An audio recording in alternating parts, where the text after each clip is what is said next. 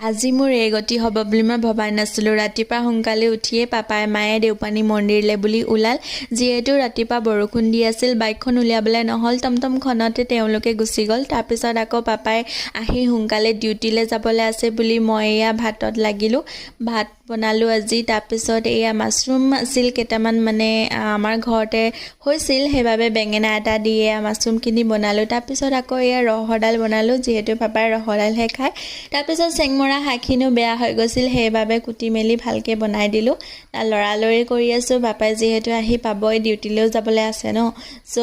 তাৰপিছত আকৌ মাছৰুমখিনি বনালোঁ। প্ৰথমতে মাছৰুমখিনি মই অলপমান বইল কৰি ল'লোঁ। তাৰপিছত এনেকৈ চিম্পলকৈ ভাজি দিলোঁ, বৰ বিশেষ মছলা ব্যৱহাৰ কৰা নাই, নহৰু আৰু পিঁয়াজেদি এনেকৈ চিম্পলকৈ বনাই দিলোঁ।